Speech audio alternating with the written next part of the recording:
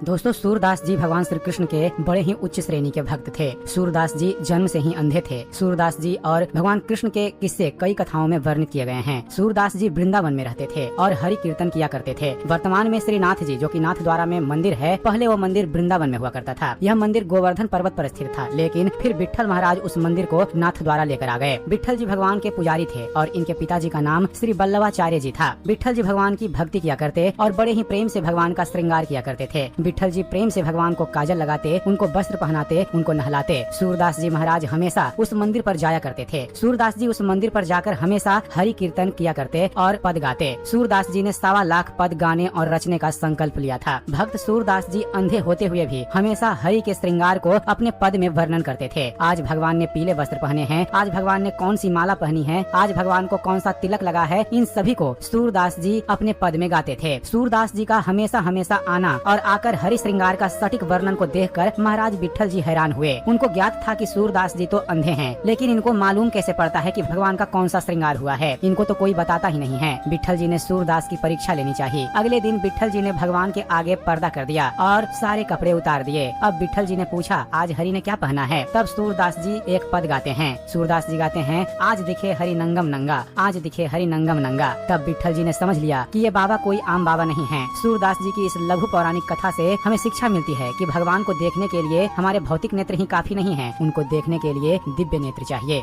दोस्तों, सूरदास जी ने 1.25 लाख पदों को लिखने का संकल्प ले रखा था। ऐसा वर्णित है कि सूरदास जी अपने इस संकल्प को पूरा नहीं कर पाए थे, तो स्वयं भगवान ने शेष पदों की रचना की थी। एक बार दिल्ली के महाराजा भगवान सूरदास जी के पदों से बड़े ही प्रभावित हुए, तो राजा ने घोषणा की कि जो भी मुझे सूरदास जी के पद ला कर देगा, उनको मैं स्वर्ण मुद्रा दूंगा। राजा की घोषणा के बाद बहुत से लोगों ने सूरदास जी के पदों को प्रतिलिपि करना शुरू कर दिया। सूरदास जी ने अभी केवल 75,000 पद ही लिखे थे कि इधर इस घोषणा के बाद 2.5 लाख पद लिखे गए। अब राजा भ्रमित हो गए। उनको मालूम नहीं पड़ रहा था कि कौन से असली हैं और कौन से नकली। फिर सारे भोजपत्र जिनके ऊपर पद लिखे गए थे, उनको यमुना जी में प्रवाहित कर दिया गया। अब जो भी नकली थे वो सारे के सारे यमुना जी में डूब गए और जो पद स्वयं सूरदास जी ने लिखे थे वो यमुना जी में तैर रहे थे। तो ये था सच्चे भक्त पर भगवान की असीम कृपा। चलिए कथा में आगे बढ़ते हैं। फ्रेंड्स, बहुत सारे लोगों के दिमाग में यह सवाल आता है कि क्या सूरदास जी को कभी भगवान मिले थे? इसके ऊपर भी एक लघु कथा है। एक बार सूरदास जी किसी भजन कीर्तन में जाने के लिए किसी रास्ते से होकर जा रहे थे। सूरदास जी तो अंधे थे, लेकिन अंदाजा से अपनी लाठी से वह जा रहे थे। तभी अचानक हवा पलटी और सूरदास जी रास्ता भटक गए और एक कुएं में गिर गए और लटक गए। अब सूरदास जी ने कुएं में ही कीर्तन करना शुरू कर दिया। सूरदास जी की सरलता को देखकर भगवान एक बालक का रूप लेकर आए और सूरदास जी को कहा, बाबा आप मेरा हाथ पकड़ लो। सूरदास जी समझ गए, आ गए मेरे गिरधर गोपाल। सूरदास जी कहते हैं, मैं तो अंधा हूँ, मुझे आपका हाथ कहाँ दिखेगा, लेकिन आपको तो मेरा हाथ पता है, तो आप ही मेरा हाथ पकड़ लीजिए। अब सूरदास जी को भगवान ने पकड़ लिया और सूरदास जी को बाहर लेकर आ गए। अब सूरदास जी ने भगवान का हाथ पकड़ लिया। भगवान ने कहा, छोड़ो मुझे, छोड़ो बाबा। सूरदास जी ने कहा, भगवान बड़ी मुश्किल से तो आप मिले हैं, आपको कैसे छोड़ दूं? अब मैं आपको नहीं छोड़ूंगा। भगवान जैसे ही हाथ छुड़ाकर जाने लगे तो वहाँ श्रीमती राधा रानी जी प्रकट हो गयी। सूरदास जी ने माता को पहचान लिया। भगवान श्री कृष्ण श्री राधा रानी को रोकने लगे कि मत जाओ, बाबा पकड़ लेंगे, मत जाओ। सूरदास जी ने श्री राधा रानी के पैर पकड़ लिए और उनके हाथ में उनकी पायल आ गई। तब श्रीमती राधा रानी सूरदास जी की भक्ति से प्रसन्न होकर उनको आंखें लौटा दी। सूरदास जी ने जी भरकर भगवान श्री कृष्ण और श्रीमती राधा रानी को देखा और फिर सूरदास जी ने भगवान से कहा, मुझे एक और वरदान दीजिए प्रभु, आप मुझे वापस अंधा कर दीजिए। अब मैंने आपको देख लिया, अब मुझे इस आंखों से और किसी को नहीं देखना है। तो दोस्तों, ऐसी थी सूरदास जी की भगवान के प्रति भक्ति भावना। सूरदास जी से जुड़ी एक और कथा है कि एक बार सूरदास जी खाना खा रहे थे। सूरदास जी का शिष्य खाना देकर कहीं बाहर चला गया। सूरदास जी ने कुछ कौर खाए तो उनके गले में अटक गया। अब सूरदास जी को पानी की जरूरत पड़ गई। पानी ला दो, पानी ला दो। अब पास में कोई हो तो लाए ना। अब मंदिर से भगवान स्वयं सोने की गिलास लेकर आए और सूरदास जी को पानी पिलाया। इतने में उनका चेला आ गया और कहा, गुरुजी हम आपको पानी देना तो भूल ही गए। सूरदास जी बोले, हमको तो पानी पिला दिया। सवेरे विट्ठल जी आए और बोले, अरे भगवान जी की सोने की गिलास चोरी हो गई। सूरदास जी ने कहा, पंडित जी लो, ये लो सोने की गिलास। सूरदास जी ने भगवान से कहा, अरे भगवान मैंने तो आपको पानी के लिए भी परेशान कर दिया। और अंत में बात करते हैं सूरदास जी के अंतिम समय से जुड़ी लघु कथा के बारे में। फ्रेंड्स, सूरदास जी अपने अंतिम समय में वृंदावन में ही थे। अंत समय में सूरदास जी जमीन पर लेटे हुए थे। सूरदास जी के शिष्य आए और बोले कि बाबा जी आप कहाँ जा रहे हैं? मुझे दुख हो रहा है कि वृंदावन को पीठ दिखा के जा रहा हूँ, मुझे उल्टा पेट के बल लिटा दो। शिष्यों ने सूरदास जी को पेट के बल लिटाया। तब सूरदास जी के मुंह में वृंदावन की मिट्टी गई और सूरदास जी को सत्य गति प्राप्त हो गई। तो दोस्तों, यह थी सूरदास जी की भक्ति और उनके जीवन से जुड़ी कुछ छोटी छोटी कथाएं। उम्मीद करते हैं आप सभी को हमारा वीडियो पसंद आया होगा। वीडियो पसंद आया हो तो वीडियो को लाइक और शेयर करना मत भूलिएगा।